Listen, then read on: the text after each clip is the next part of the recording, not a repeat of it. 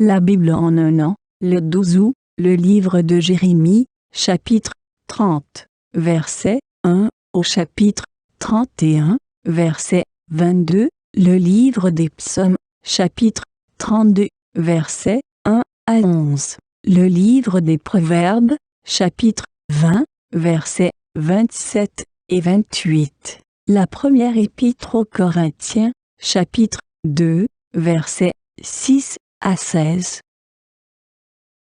Le livre de Jérémie, chapitre 30. La parole fut adressée à Jérémie de la part de l'Éternel.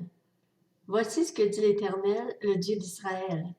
Écris dans un livre toutes les paroles que je t'ai dites. En effet, voici que les jours viennent, déclare l'Éternel, où je ramènerai les déportés de mon peuple, d'Israël et de Juda. Voilà ce que dit l'Éternel. Je les ferai revenir dans le pays que j'ai donné à leurs ancêtres, et ils en prendront possession. Voici les paroles prononcées par l'Éternel à l'intention d'Israël et de Juda. Voici ce que dit l'Éternel. Nous entendons des cris de frayeur. C'est la panique et non la paix. Informez-vous donc et regardez si un homme peut mettre au monde un enfant. Pourquoi vois-je tous les guerriers les mains sur les hanches, comme une femme prête à accoucher?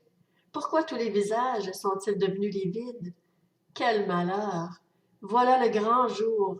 Il n'y en a jamais eu de pareil. C'est une période d'angoisse pour Jacob, mais il en sera délivré.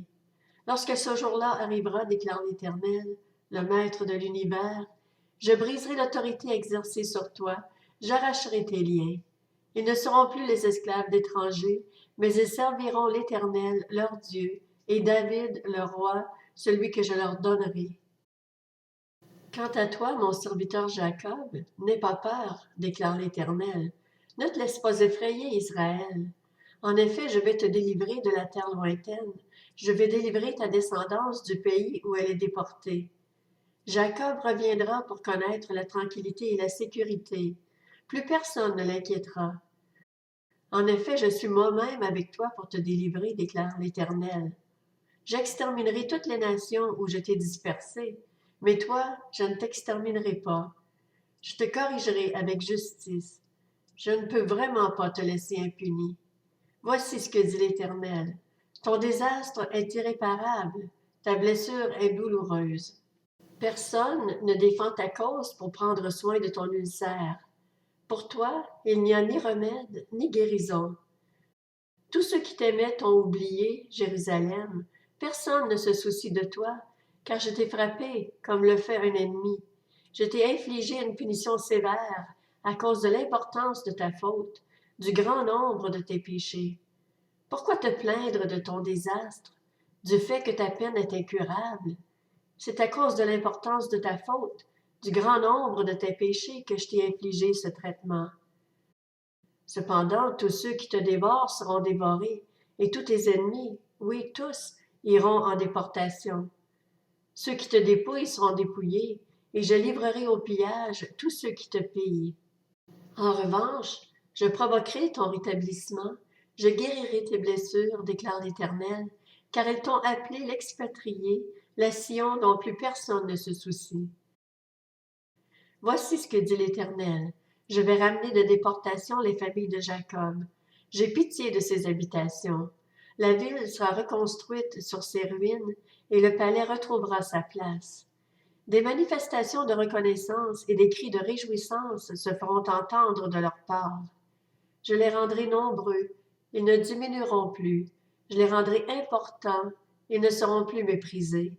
Ses fils redeviendront comme ils l'étaient par le passé. Son assemblée subsistera devant moi, et j'interviendrai contre tous ses oppresseurs. Son prince sera l'un des siens, son souverain proviendra du peuple lui-même. Je le ferai approcher, et il s'avancera vers moi. En effet, qui pourrait se porter garant de lui-même pour s'avancer vers moi, déclare l'Éternel. Vous serez mon peuple, et moi je serai votre Dieu. La tempête de l'Éternel, sa colère éclate. C'est une tempête tourbillonnante qui fond sur la tête des méchants. La colère ardente de l'Éternel ne se calmera pas tant qu'il n'aura pas agi et mis à exécution le projet de son cœur.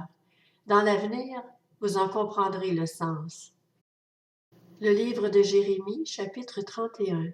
À ce moment-là, déclare l'Éternel, je serai le Dieu de toutes les familles d'Israël, et eux, ils seront mon peuple. Voici ce que dit l'Éternel. Il a trouvé grâce dans le désert, le peuple des rescapés de l'épée. Israël marche vers son lieu de repos. De loin, l'Éternel s'est montré à moi. Je t'aime d'un amour éternel. C'est pourquoi je te conserve ma bonté. Je te rétablirai encore et tu seras rétablie, jeune fille d'Israël. Tu resplendiras encore avec tes tambourins et tu te mêleras aux danses de ceux qui manifestent leur joie. Tu planteras encore des vignes sur les montagnes de Samarie. Les planteurs accompliront leur tâche et profiteront de la récolte. En effet, il y aura un jour où les gardes crieront dans la région montagneuse d'Éphraïm, « Levez-vous, montons à Sion vers l'Éternel notre Dieu. » Car voici ce que dit l'Éternel. Poussez des cris de joie à propos de Jacob, éclatez d'allégresse avec la plus importante des nations. Faites retentir votre voix, chantez des louanges et dites, « Éternel, délivre ton peuple, ce qui reste d'Israël. » Je vais les ramener du pays du nord, je les rassemblerai des extrémités de la terre. Parmi eux figureront l'aveugle et le boiteux, la femme enceinte et celle qui accouche. Ensemble, ils forment une grande assemblée. Ils reviennent ici. Ils reviennent en pleurant, mais je les conduis au milieu de leurs supplications. Je les conduis vers des torrents d'eau, par un chemin tout droit où ils ne trébucheront pas.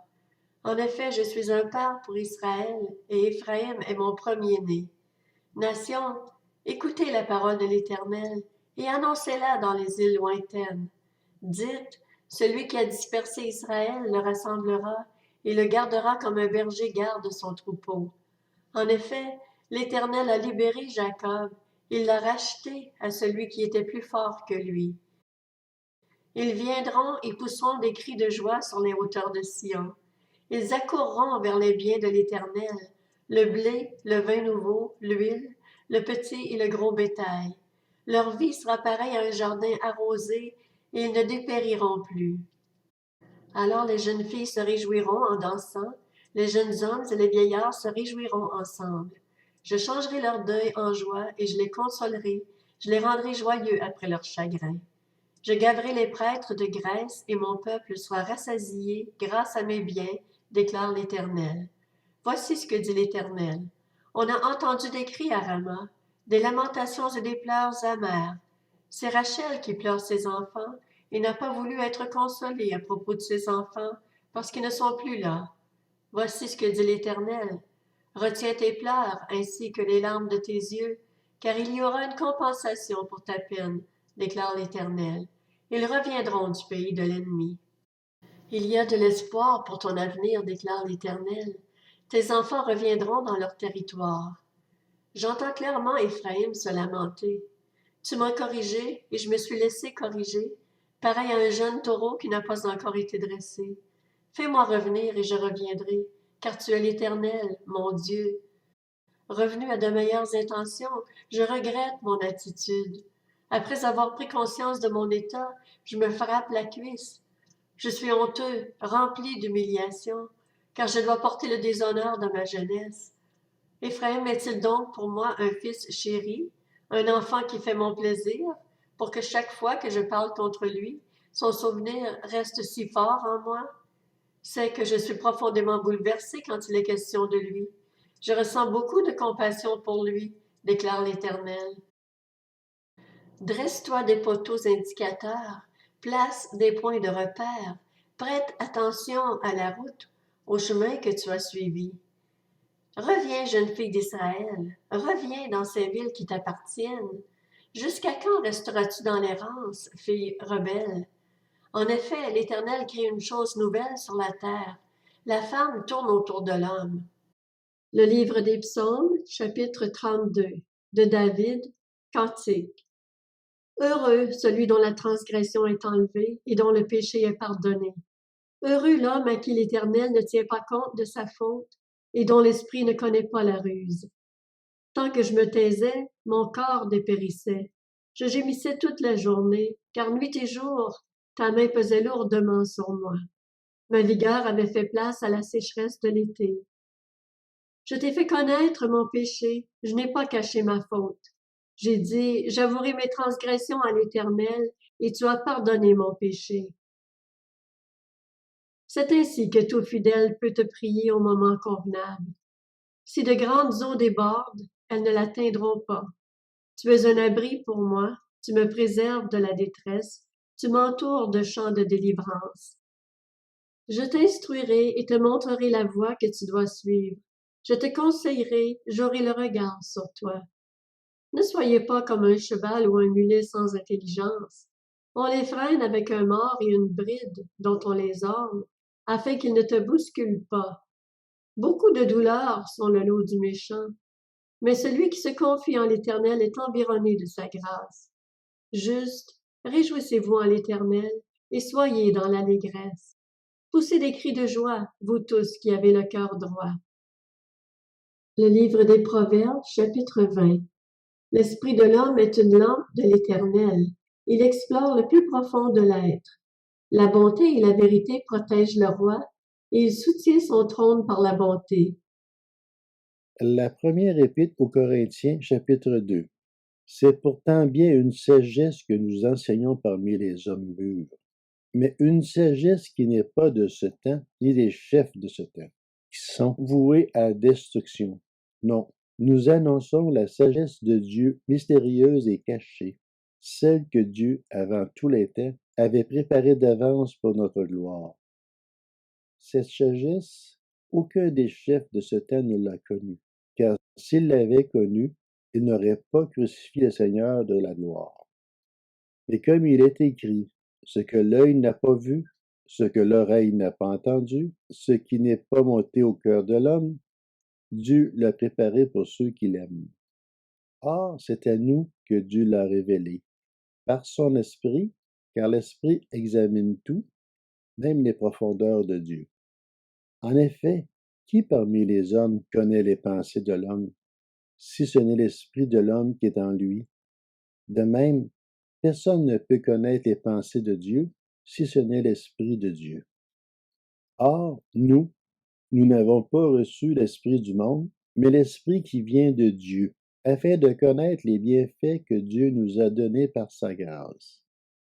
Et nous en parlons non avec les paroles qu'enseigne la sagesse humaine, mais avec celles qu'enseigne l'Esprit Saint. Ainsi, nous employons un langage spirituel pour exprimer ce qui est spirituel. Mais l'homme naturel n'accepte pas ce qui vient de l'Esprit de Dieu, car c'est une folie pour lui. Il est même incapable de le comprendre, parce que c'est spirituellement qu'on en juge. L'homme dirigé par l'Esprit, au contraire, juge de tout et n'est lui-même jugé par personne. En effet, qui a connu la pensée du Seigneur et qui pourrait l'instruire?